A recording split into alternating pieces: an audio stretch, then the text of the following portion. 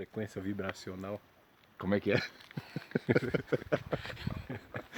Você causa uma frequência vibracional aí?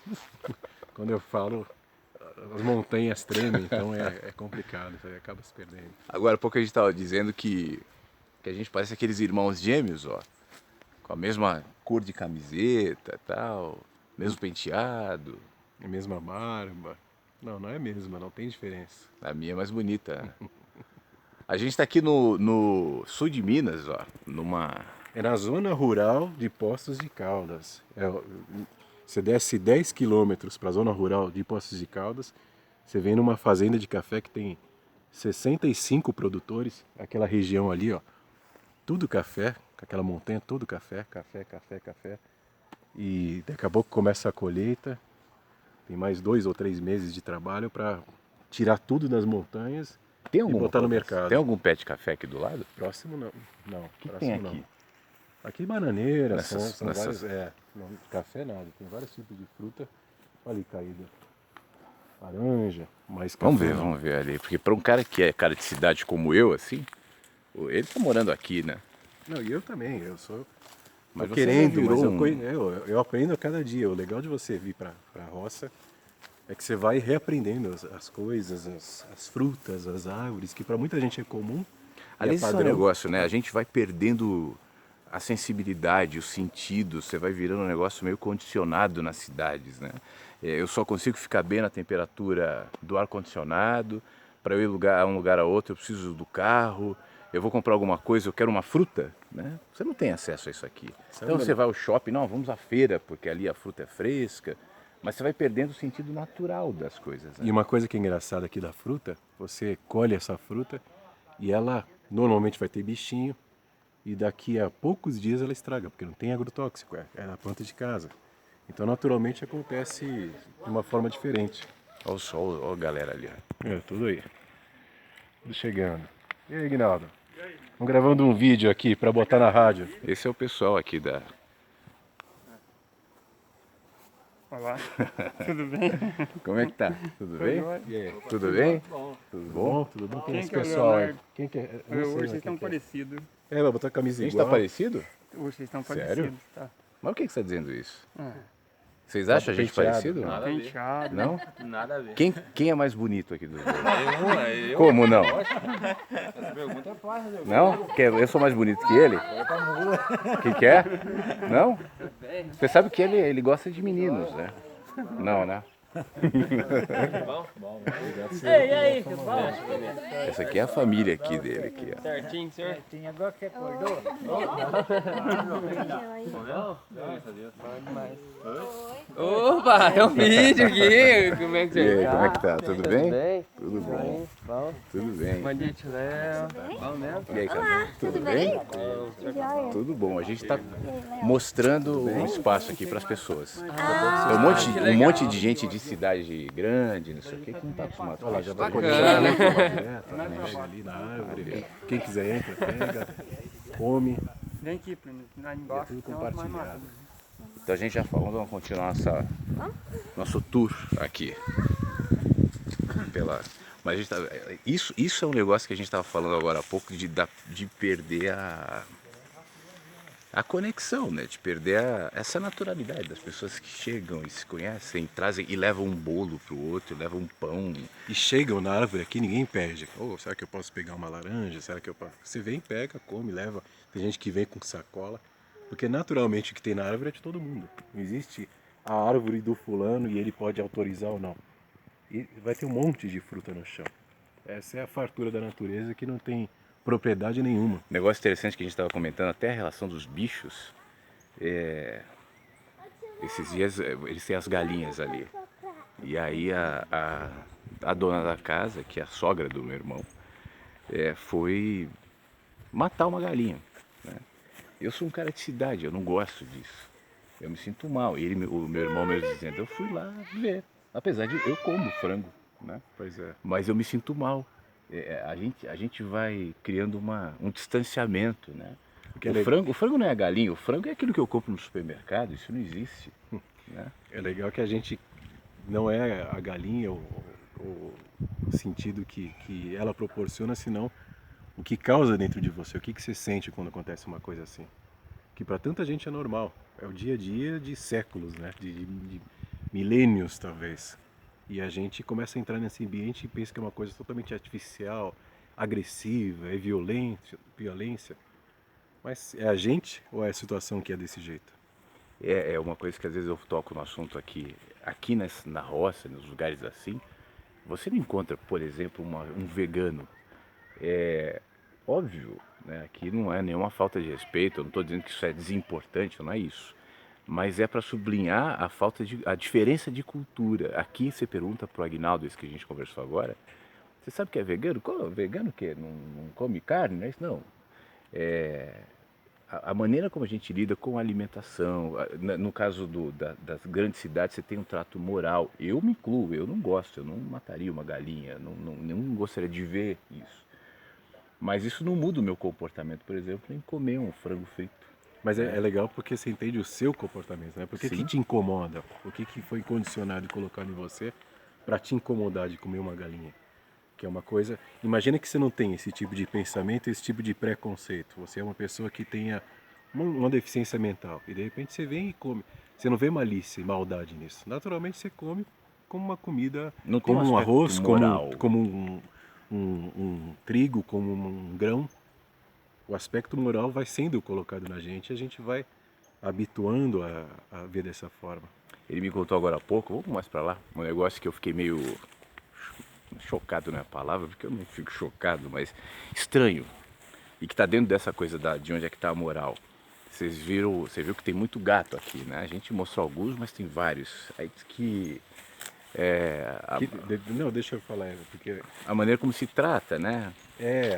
o que acontece é que tem gatos, tem patos e todos convivem aqui. Vocês não estão vendo, tem um lagozinho aqui atrás e tem diversos patos e tem porcos. Então a forma que lida com essas, eles chamam de criação. Entre eles, né? A forma que lida, a interação e todo o cuidado que existe para que todos naturalmente convivam bem. E acontece de vez em quando algum escapar um pouco e não ser tão familiar para ele esse convívio tranquilo. Mas é muito raro, é muito comum essa convivência natural deles. Eles vão criando os códigos deles de relação entre eles, tal, de interação dos bichos e respeito aos espaços, enfim, não são só os animais humanos, né? Os outros animais também têm. Segura aqui um pouco. Eu não sei se tá eu te falei, se eu te interrompi, você falou que ficou chocado, acho que eu cortei um pouco. Mas era o que eu acho que você ia dizer era o seguinte, era em relação aos animais que ultrapassam algumas barreiras e eles não interagem muitas vezes bem. Tá com a mão em cima da câmera aqui. Aí. Opa, peraí, onde que é a câmera aqui? Isso eu invertei. Aqui não deu. E os outros animais vêm e percebem isso, como eles lidam com isso. Não que criem um código errado, mas existem algumas regras que eles cumprem. A regra não significa que um não mata o outro, que um não coma o outro. Mas quando desequilibra, existe uma proporção. Quando desequilibra, eles mesmos se incumbem de colocar um equilíbrio de volta nisso. Instintivamente. E aí vai lá um e vai para cima do outro, enfim, vai colocando regra no negócio. É um mundo dentro do nosso mundo, mas é um mundo totalmente diferente do mundo da maioria das pessoas que vêm aqui. Não porque seja outro planeta, outro lugar, mas porque é outro olhar, é outra cultura, é outra... Então isso naturalmente traz outras regras, outro código moral, outros valores, outras importâncias, outras relações. Outro tempo, né? Eu estava dizendo de pessoas aqui que colhem um café e é um trabalho extremamente exaustivo. Eu tenho até algum preparo físico, mas eu muitas vezes não consigo acompanhar nem perto do que... Você vê, não precisa mostrar tanto. Incrível. Não consigo chegar perto do que eles conseguem fazer com uma colheita, é muito forte. E aí os tempos são diferentes, porque a pessoa por 30 ou 40 anos faz um trabalho que alguém levaria para fazer 80 ou 90 anos, então desgasta muito o físico. É outra relação com o tempo, inclusive. Com o tempo de trabalho e tudo, mas com o tempo próprio, né? Com o relógio, com os compromissos, com os horários de acordar e de dormir. É outro olhar em relação à vida. E eu não estou dizendo aqui que seja melhor, Ou certo ou necessariamente. errado, Que, poxa vida, cidades, que coisa horrível. Tal. Você estava falando agora que tem dificuldade de se adaptar a uma movimento, dificuldade a minha. shopping. Isso não quer dizer que o shopping necessariamente seja pior do que um espaço assim. É claro que, como bichos que nós somos, a natureza é um negócio que nos atrai. Está mais ligado a uma essência nossa. Mas as pessoas mudam, a tecnologia muda, as cidades mudam, a relação muda. E olhar para isso como uma coisa, um peso, né, de relevância moral, isso aqui é pior, aquilo é melhor, isso é certo, isso é errado. Então todo mundo tem que viver aqui porque é melhor. Talvez não, tem gente que nunca se adaptaria.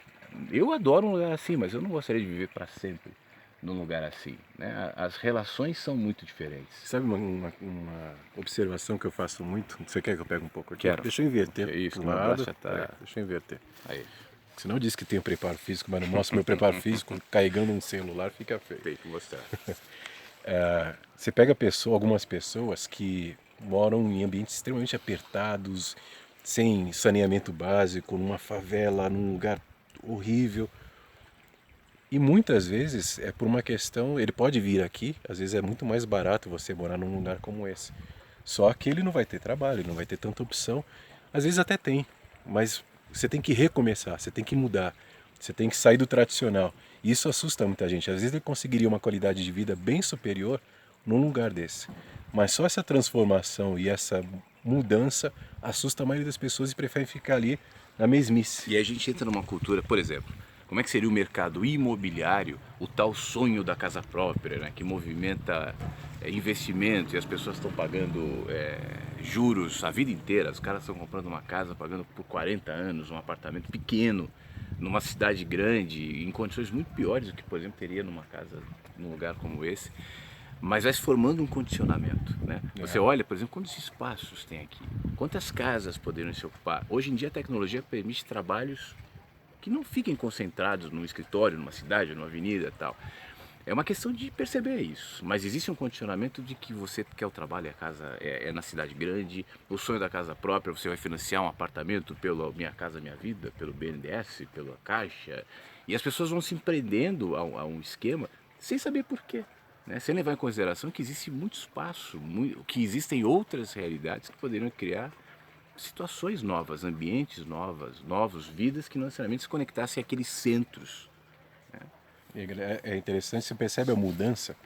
Antigamente não pode deixar. Antigamente você tinha telefone, né? O telefone você financiava em 36 vezes para você ter uma linha de telefone e tal. Eu sou novo ainda, imagina que eu lembro disso. Eu li em algum lugar, eu ouvi falar. Mas carro também. Você tinha que ter o seu carro, você tinha que ter uma marca. Hoje em dia você tem Uber, você tem um monte de coisa que está perdendo um pouco a questão da posse do patrimônio. Isso é bem legal. Do meu. Essa história do Uber. Essa referência está se Eu li na diluindo. semana passada que parece que 60% dos jovens não querem mais comprar carro. Quando a gente era criança, né, a gente queria dirigir, queria ficar pegando o carro do pai, eu batia o carro do pai, lembra? Com 14 anos eu bati o carro do meu pai sem ele perceber. Era o negócio da criança, né?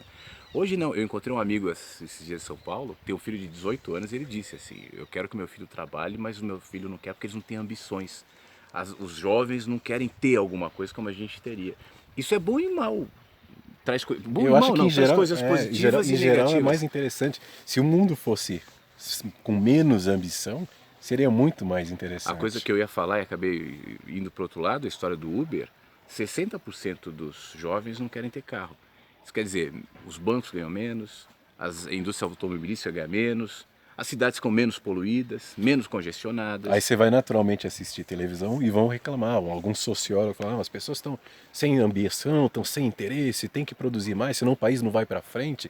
E junta uma indústria toda em volta de um condicionamento que se faz acreditar que você tem que consumir mais para o Brasil crescer. E aí vai para onde, né?